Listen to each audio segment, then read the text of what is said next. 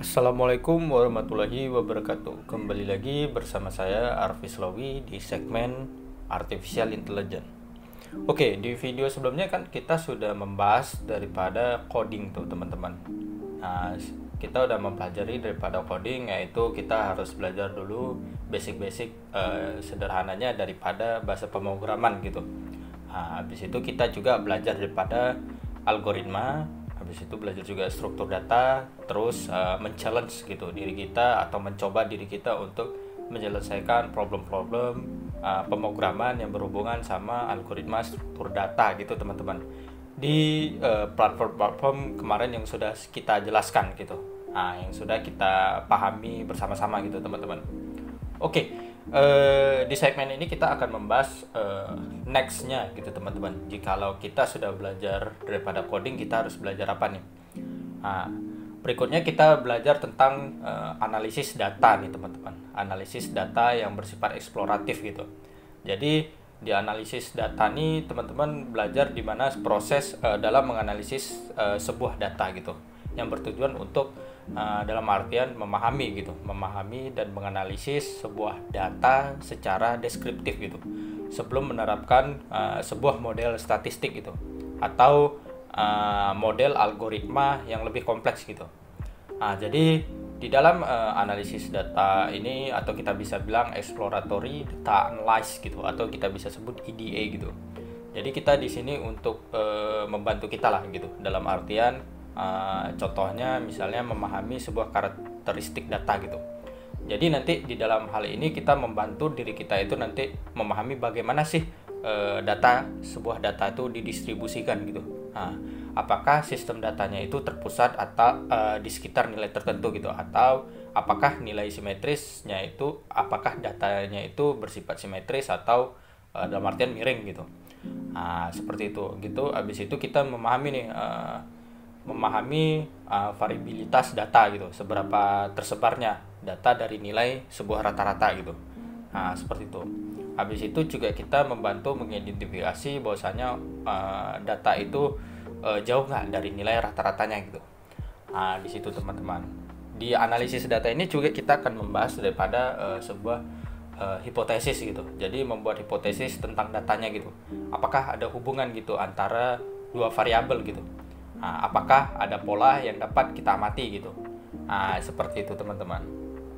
Jadi nanti dalam analisis data ini kita membantu kita nanti memahami juga, kita bisa menentukan nih model statistik atau algoritma yang tepat gitu untuk menganalisis sebuah data gitu. Nah, seperti kita nanti dalam langkah-langkahnya kan, kayak istilahnya membaca data, habis itu cleaning data, menganalisis data secara deskriptif gitu kan, memvisualisasi data, habis itu menarik kesimpulan gitu berdasarkan data-data hipotesis yang udah kita pahami, kayak istilahnya tadi kan analisis bersih, membaca datanya gitu. Nah, seperti itu teman-teman. Ada alat yang digunakan, misalnya aplikasi yang sering digunakan, seperti misalnya kita belajar tadi kan bahasa pemrograman gitu. Nah, seperti misalnya kita pakai bahasa Python atau bahasa R gitu kan, R tulisannya. Nah, gitu. Ada juga orang belajar istilahnya menggunakan aplikasi-aplikasi sederhana, aplikasi-aplikasi yang sudah tersedia seperti SAS atau SPSS gitu teman-teman. Nah, atau kok kita bilang spreadsheet-nya juga bisa menggunakan Microsoft Excel atau Google Sheets gitu. Di untuk table EU atau Power BI atau ClickView biasanya seperti itu teman-teman. Jadi di sini nanti teman-teman juga belajar daripada tutorial-tutorial daripada struktur query language, atau kita bisa bilang SQL gitu teman-teman. SQL. Jadi di sini teman-teman harus juga mempelajari bahasa daripada SQL itu teman-teman. Seperti itu. Jadi ada manfaat teman-teman belajar daripada analisis data ini. Jadi nanti analisis data ini manfaatnya antara lain teman-teman nanti memahami gitu data lebih baik gitu. Habis itu membuat hipotesis yang lebih akurat gitu. Habis itu bisa memilih model yang tepat gitu. Nah, habis itu juga bisa meningkatkan kualitas data gitu. Seperti itu. Jadi untuk nanti teman-teman belajar daripada exploratory data analysis itu, teman-teman nanti belajar juga daripada library pembantu gitu, daripada daripada pembelajaran fokus teman-teman, seperti misalnya teman-teman menggunakan Pandas gitu kan. Jadi Pandas ini kan pustaka atau library daripada Python gitu untuk menganalisis data gitu. Jadi pustaka ini juga menyediakan gitu teman-teman bahwasanya struktur data dan operasi yang mudah gitu digunakan untuk ya antara lain kan kita bisa memanipulasi atau menganalisis data gitu kan. Terutama ya data tabular atau yang bersifat time series gitu kan. Atau deret waktu gitu. Nah, jadi fitur-fiturnya itu kita banyak gitu teman-teman, seperti data frame, habis itu series, manipulasi data, analisis data, dan visualisasi data gitu, seperti itu teman-teman. Nah, seperti itu. Nanti teman-teman akan juga mempelajari daripada pandas ini teman-teman, seperti itu. Habis itu nanti dalam ilmu machine learning, eksplorasi data analysis atau kita bisa sebut EDA ini teman-teman, itu ada proses penting untuk memahami istilahnya menganalisis data gitu sebelum membangun sebuah model machine learning gitu. Nah, ini merupakan langkah awal lah, krusial untuk kita antara lain kayak seperti misalnya memahami data gitu kan. Memahami data seperti distribusi data, korelasi antar variabel, outliers, habis itu missing value-nya gitu.